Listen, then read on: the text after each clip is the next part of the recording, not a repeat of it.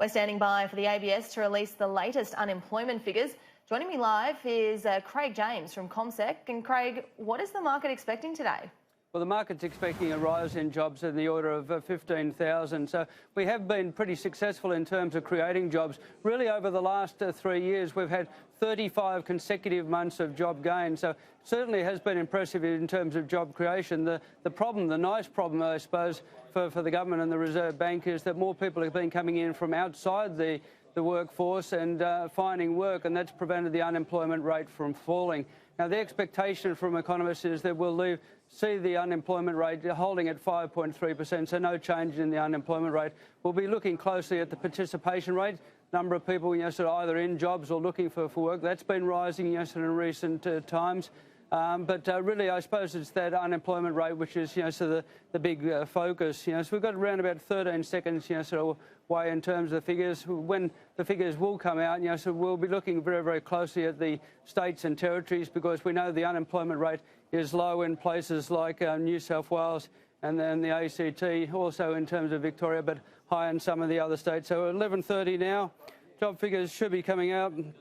We're seeing sort of a rise in jobs of 14,700. So a rise in jobs of 14,700. We've seen the unemployment rate fall. So the unemployment rate has gone down from 5.3% to 5.2%. So no smoking gun for the Reserve Bank to continue cutting sort of interest rates.